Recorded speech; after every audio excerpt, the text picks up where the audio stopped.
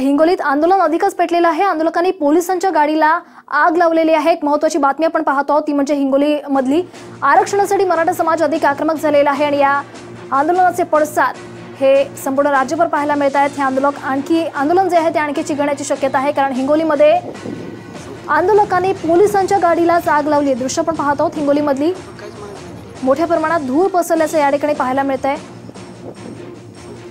आपल्या मागण्यांसाठी मराठा समाज हा किती उग्र झालेला आहे, आक्रमक झालेला आहे ते यावरून पाहायला मिळतंय।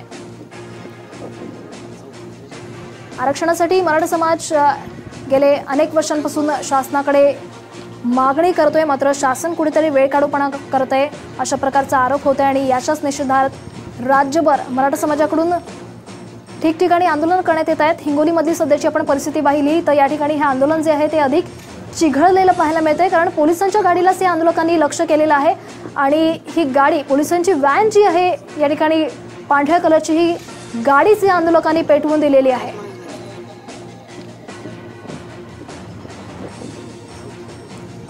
त्याचा आढावा घेतलेला आहे आमचे हिंगोलीचे प्रतिनिधी यांनी, पाहूयात।